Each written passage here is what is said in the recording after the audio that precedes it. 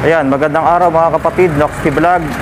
Ngayon, nandito tayo sa Rusi, Florida Blanca, Pampanga para silipin yung isang motor dito ng Rusi ngayong 2023, no? Kamustahin natin kung mayroon bang nagbago sa presyo ng mga motor ng Rusi dito.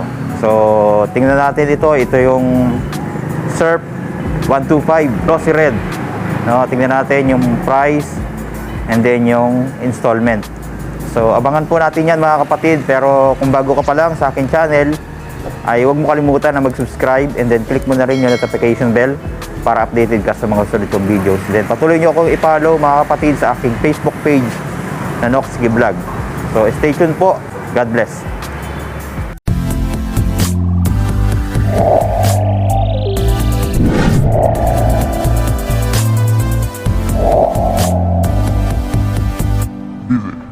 Noxky Vlog.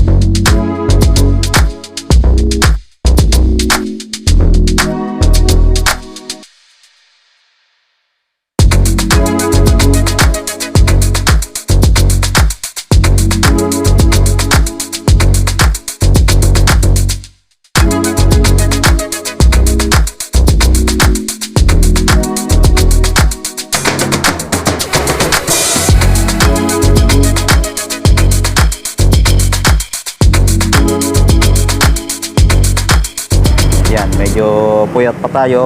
Makikita nyo naman sa mukha ko, no? Medyo may tag dito.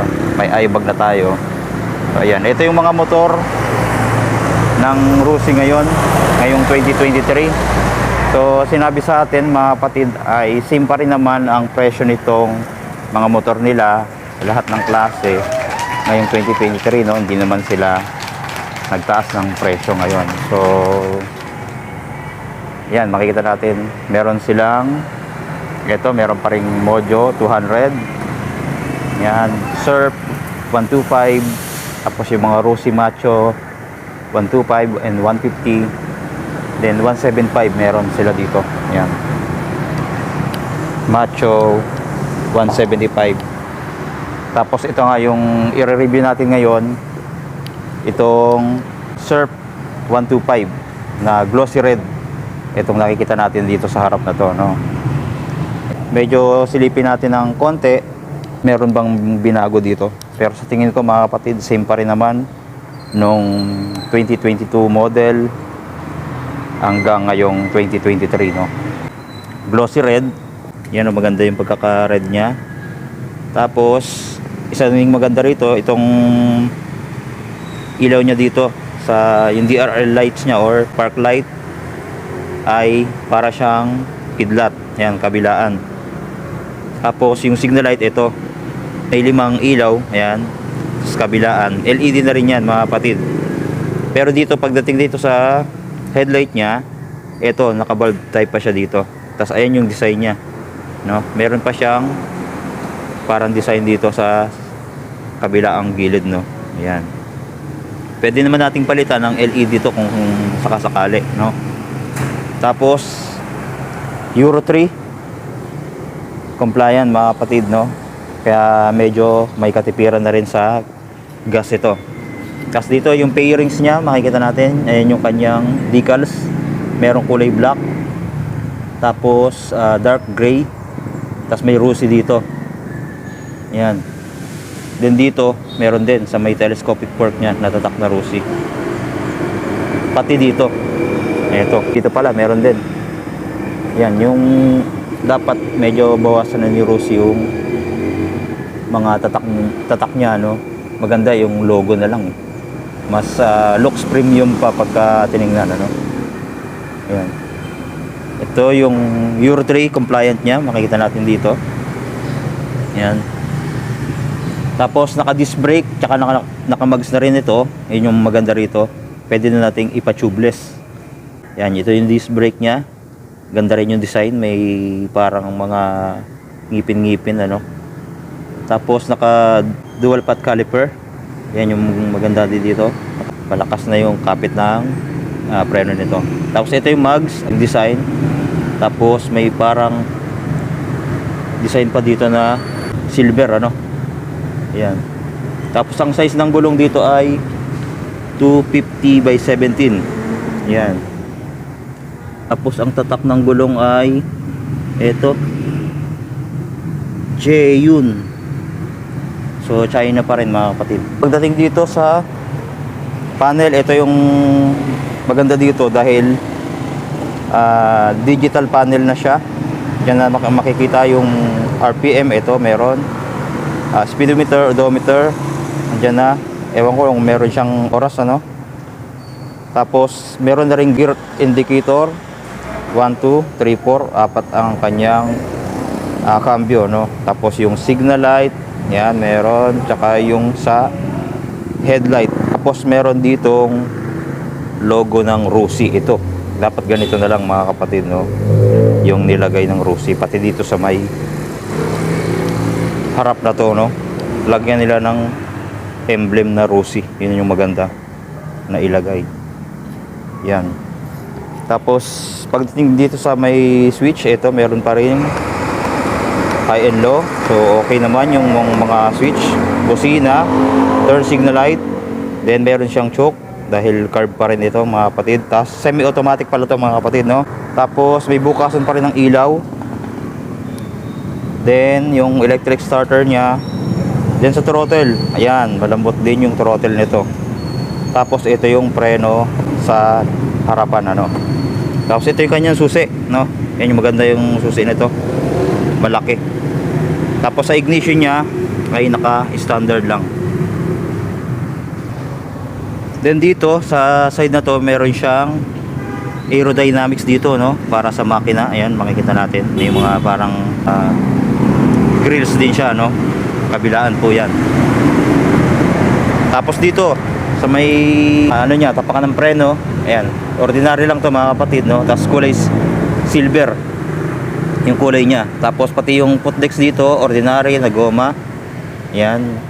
Tapos meron pa rin siyang kickstart. Then sa muffler, ayan, makita natin yung design niya. Isang straight lang. Tapos meron siyang chrome finish mga kapatid. Tapos ito yung footdex. Ayan. Ordinary lang din na may goma no. Tapos dito yung kanyang dual shock, nakakulay silver. Tapos dito naman nakikita natin yung kanyang decals na Surf 125. Yan yung bagong design ngayon no, Surf na ano lang, kulay gray, ay kulay silver. Tapos dito yung 125 kulay black naman. Yan. Ganda rin ng pagkaka design dito nung Rusi no, sa kanilang Surf 125.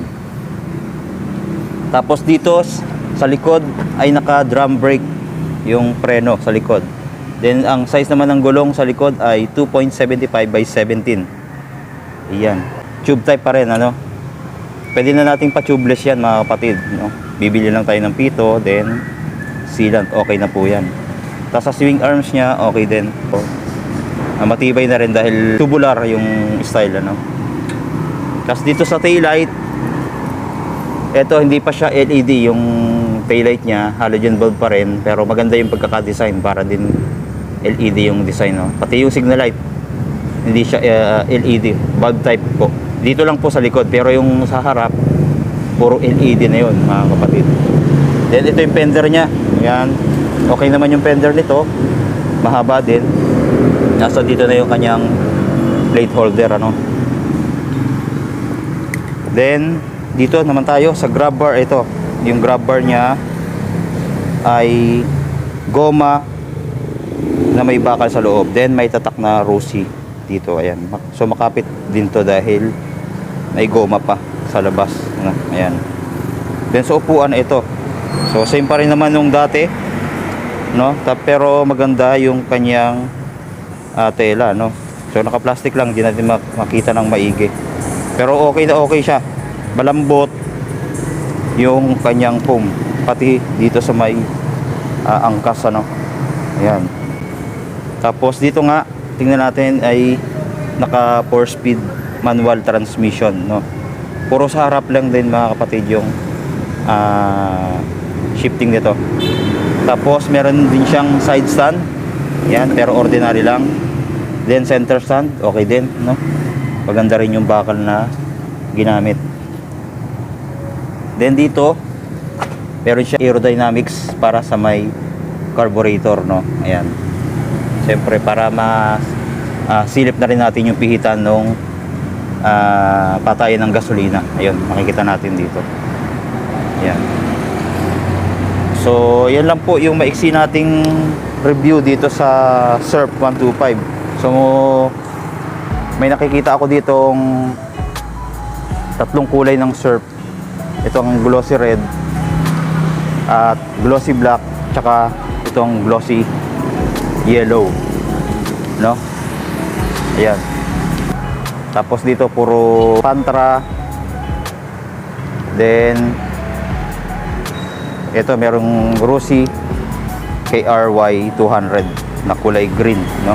So na-picture na natin yan mga kapatid. So same pa rin daw ng price itong mga motor nila dito, kaya huwag tayong mag-alala. Kung naghahanap tayo ng mura na subok na rin mga kapatid, ito Rossi, pwede nating maging choices sa mga pipiliin nating motor ngayong 2023. So ayun lang mga kapatid, i-flash ko na lang yung kanyang price sa screen, ano? So maraming salamat sa panonood. God bless po sa ating lahat, sa muli nating pagkikita.